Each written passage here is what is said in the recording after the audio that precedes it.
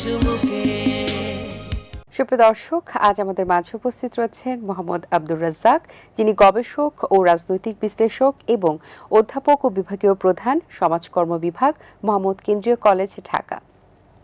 শুভ সকাল, কেমন আছেন? ভালো আছি, আপনি কেমন আছেন? আমি বেশ ভালো আছি, ধন্যবাদ আপনাকে। স্যার, আপনার কাছে আমরা জানতে চাই যে গবেষক ও রাজনৈতিক বিশ্লেষক হিসেবে আজকের বাংলাদেশের যে রাজনীতি, সেটি আপনি কেমন দেখছেন? ত্রয়োদশ নির্বাচনের মধ্য দিয়ে বাংলাদেশের নির্বাচনকে আমি ইতিবাচক হিসেবে দেখেছি।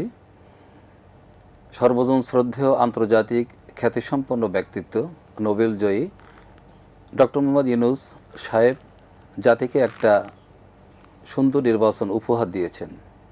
এই নির্বাচনের মাধ্যমে উৎসবমুখর পরিবেশে মানুষেরা ভোট দিতে গেছেন এবং তাদের পছন্দমতো ব্যক্তিকে তারা ভোট দিয়েছেন, নির্বাচিত করেছেন।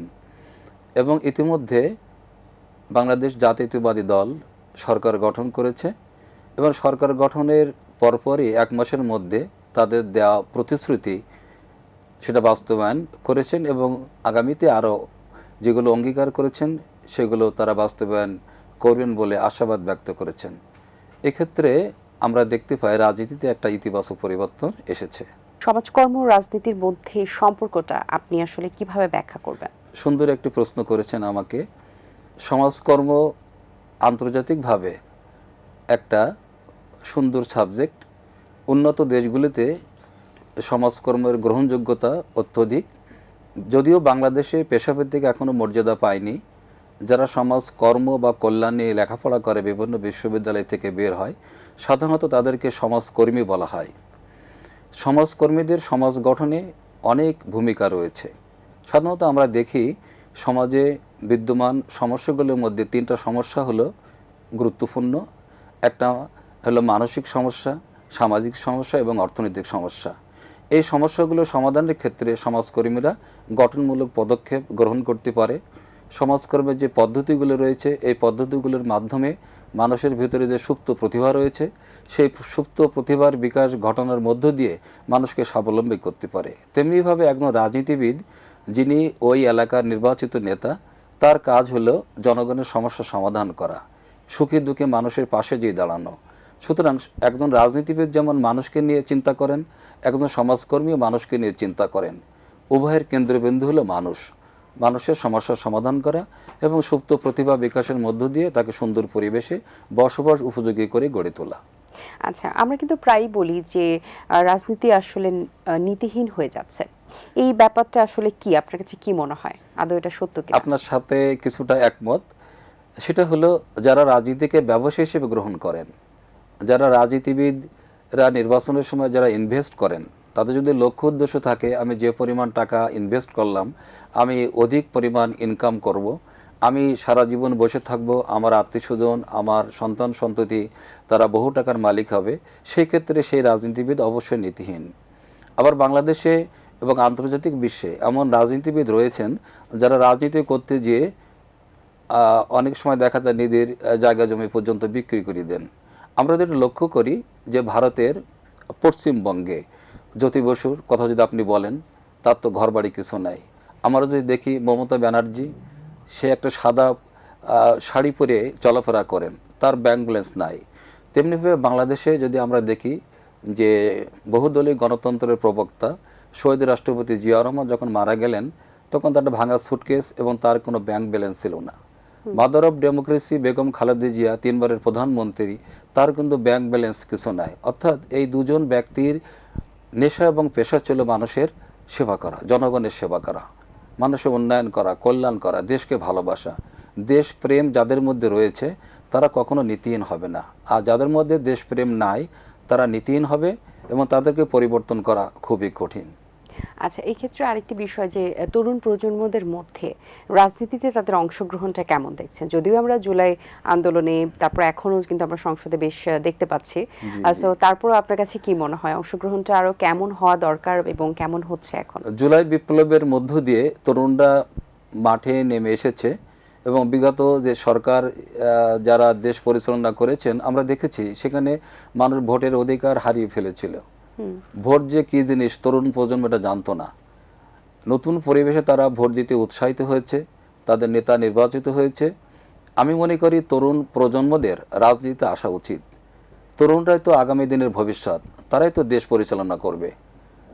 আমি মনে করি যারা মেধাসম্পন্ন ব্যক্তি, ছাত্র, যারা প্রখর মেধার অধিকারী, তারা যদি রাজনীতিতে আসে তাহলে সরকারের উচিত তাদেরকে ভালোভাবে গ্রহণ করা, রাজনৈতিক চর্চা করা, এবং রাজনীতিকে যদি একটা আপনি প্রাতিষ্ঠানিক পর্যায়ে নিয়ে আসতে পারেন, যদি একটা গণতন্ত্র সর্বত্র যদি গণতন্ত্র প্রবাহিত হয়, মানুষের মধ্যে বিরাজ করে, মানুষের মধ্যে বাকস্বাধীনতা থাকে, কথা বলার শক্তি থাকে, মানুষ যদি মতামত প্রকাশ করতে পারে, তাহলে তরুণ প্রজন্ম উৎসাহিত হবে এবং তাদেরকে রাজনীতিতে আনা উচিত বলে আমি মনে করি। আচ্ছা, একজন শিক্ষক হিসেবে আপনি শিক্ষার্থীদের মাঝে কি ধরনের মনোভাব আশা করেন, কিভাবে তাদের চিন্তা করেন যে আসলে তাদের চিন্তা ভাবনা এরকম হওয়া দরকার? সুন্দর কথা বলেছেন। আমি মনে করি এই ছাত্ররা আগামীতে দেশ পরিচালনা করবে, দেশের তারা কর্ণধার হবে।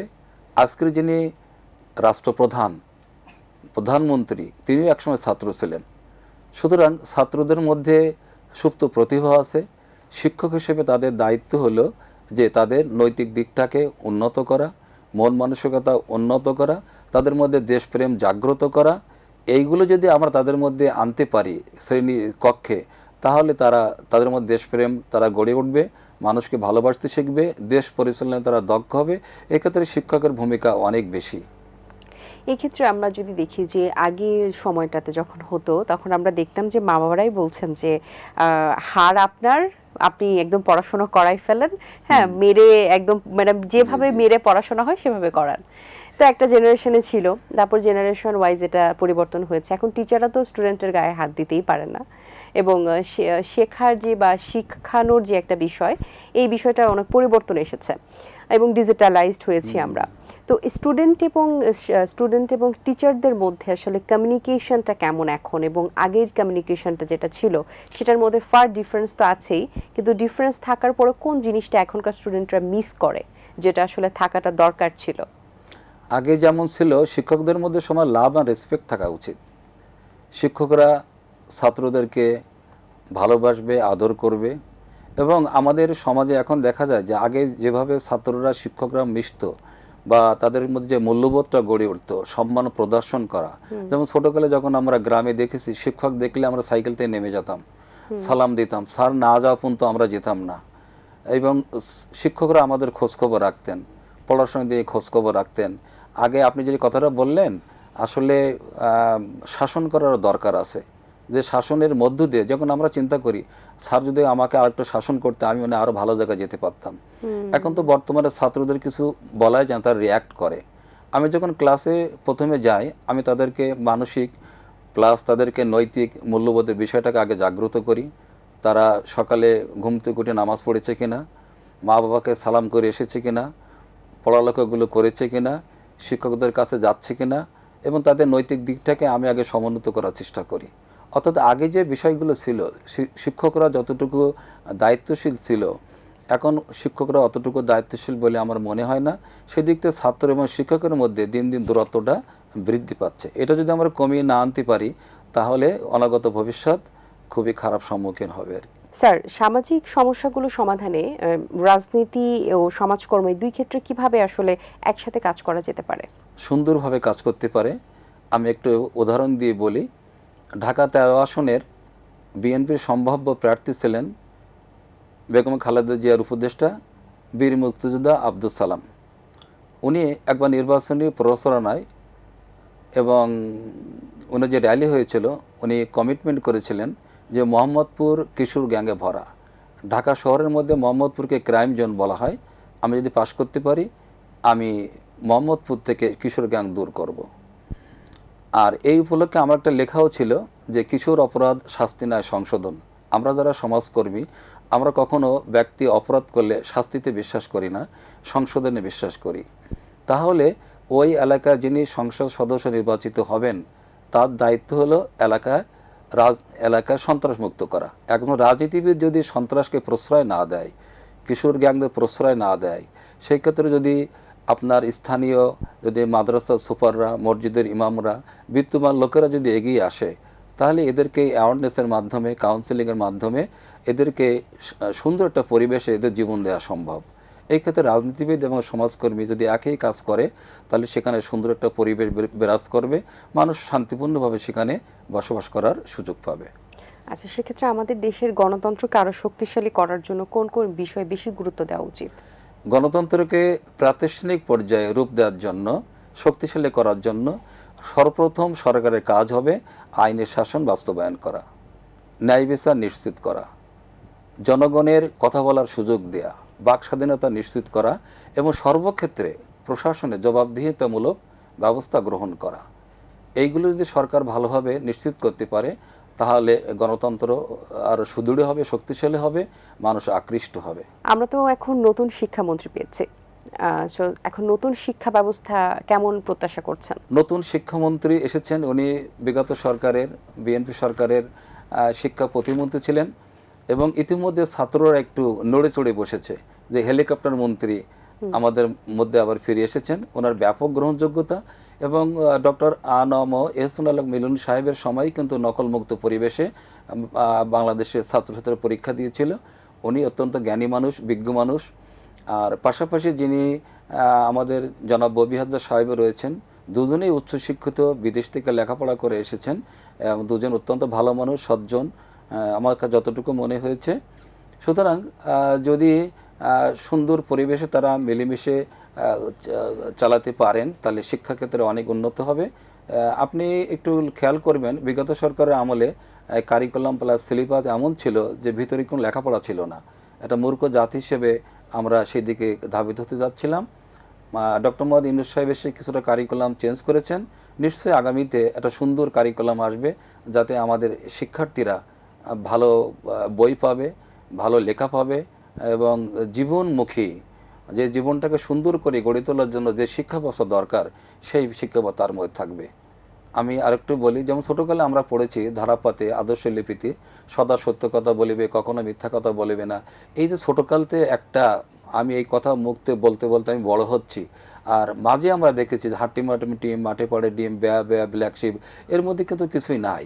সুতরাং গতানুগতিক শিক্ষা ব্যবস্থাকে ঢেলে সাজিয়ে যদি গঠনমূলক, যদি জীবনমুখী শিক্ষা ব্যবস্থা, কর্মমুখী শিক্ষা ব্যবস্থা চালু করা যায়, তাহলে বাংলাদেশ শিক্ষা দিক থেকে অনেক উন্নত হবে।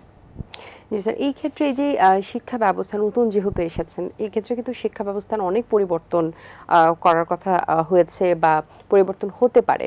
তো এই পরিবর্তন হতে হতে আসলে কোন জায়গায় গিয়ে এটা টিকবে বা কোন জায়গায় গিয়ে এটা ঠেকবে এবং সেই ধারাটা কতটুকু বজায় থাকবে? কারণ আমরা দেখি শিক্ষা ব্যবস্থার কিন্তু পরিবর্তনটা বেশ চোখে পড়ার মতো, কিছুদিন পর পর একটা করে পরিবর্তন হচ্ছে। সো এই জায়গা থেকে স্টুডেন্টের উপর এটা কেমনটা এফেক্ট করছে? যদি বারবার সিলেবাস চেঞ্জ হয়, তাহলে স্টুডেন্টের উপর একটা ব্যাড ইম্প্যাক্ট আসবে। একটা সিলেবাসকে এমনভাবে সাজাতে হবে, বাংলাদেশে যারা বিজ্ঞ ব্যক্তিবর্গ রয়েছেন, পণ্ডিত ব্যক্তিবর্গ রয়েছেন, তাদেরকে সময় দিতে হবে। সময় দিয়ে এমনভাবে একটা সিলেবাস তৈরি করবেন যে সিলেবাসটা আর পরিবর্তন করা প্রয়োজন হবে না। যেখানে সব কিছুই থাকবে, ধর্ম থাকবে, নৈতিকতা থাকবে, মূল্যবোধ থাকবে, জীবনকে সুন্দর করে গড়ে তোলার সুযোগ থাকবে। যে শিক্ষা পেলে মানুষ আরও সুন্দর মানুষই গড়ে তুলবে, তার মধ্যে একটা চিন্তা ভাবনা থাকবে, আমি কিভাবে আমার জীবনটাকে সুন্দর করে গড়ে তুলতে পারি। স্যার, আরেকটা প্রশ্ন, যে আমরা জানি যে বেসিক ভালো হলে কিন্তু ভিত্তিটা অনেক প্রয়োজন। তা আমাদের দেশে তো আসলে আমাদের শিক্ষা ব্যবস্থা শুরু তো প্রাইমারি লেভেল থেকে, তো প্রাইমারি লেভেলের যতগুলো স্কুল রয়েছে অনেক আছে, কিন্তু হাজার হাজার আছে। তারপরও শিক্ষা ব্যবস্থার যে মানটা, সেটা কিন্তু খুব একটা আপগ্রেড না, খুব একটা উন্নতির শিখরে নেই। এটার পেছনে কারণটা আসলে কি? এর পিছনে কারণ হলো যে একদম ভালো শিক্ষক নিয়োগ দিতে হবে, তার প্রতি, শিক্ষার প্রতি তার কমিটমেন্ট থাকতে হবে। এবং শিক্ষকদের একটা কথা রয়েছে যে ক্ষুধার্ত শিক্ষক দিয়ে আপনি ভালো কিছু আশা করতে পারবেন না। আপনি ভারতে যান, একজন প্রাইমারি শিক্ষকের অনেক বেতন, একজন হাই স্কুলের শিক্ষকের অনেক বেতন। সুতরাং আপনি ভালো কিছু আশা করতে গেলে শিক্ষকদের আপনার রিমুনারেশন দিকটাও দেখতে হবে এবং ভালো শিক্ষক নিয়োগ দিতে হবে। এখানে কোনো পলিটিক্যাল প্রভাব থাকবে না এবং কোনো রাজনৈতিক ব্যক্তির কোনো হস্তক্ষেপ থাকবে না। যারা মেরিটোরিয়াস, যারা নিজেই মেধাসম্পন্ন, তারাই কিন্তু ভালো মেধাবী শিক্ষার্থী তৈরি করতে পারে, যে শিক্ষার্থীরা পরবর্তীতে দেশ এবং জাতি গঠনে অনেক ভূমিকা রাখতে পারে। সেই দিকটা যদি আমরা খেয়াল রাখতে পারি, তাহলে ভবিষ্যৎ প্রজন্ম শিক্ষার দিকে আরও উন্নত হবে, দেশ গঠনে তারা অতি উৎসাহী হবে বা তারা নিজেকে আত্মপ্রয়োগ করতে সেখানে সক্ষম হবে আর কি। অসংখ্য ধন্যবাদ স্যার আপনাকে, অনেক গুরুত্বপূর্ণ কিছু তথ্য পেলাম, অনেক ভালো লেগেছে। অনেক শুভকামনা রইল আপনার জন্য, ভালো থাকবেন। আপনিও ভালো থাকবেন, অনেক ধন্যবাদ। দর্শক, আশা করছি আজকের আয়োজন ভালো লেগেছে। আজ এই পর্যন্তই, দেখা হবে আগামী পর্বে নতুন কারোর সঙ্গে। সেই পর্যন্ত ভালো থাকবেন, সুস্থ থাকবেন, এটিএন বাংলার সাথেই থাকবেন। সকলকে আল্লাহ হাফেজ। দিন আসে দিন যায়, সময়টা চলে যায়, তবু আছি এই বেশ ভালো। জীবনটা রঙময়, যেভাবেই হওয়া চাই, নয় কভু সাদা কালো। এই আশাতে স্বপ্ন ভাসে, সুখ হাসে চোখে মুখে, চায়ের চুমুকে।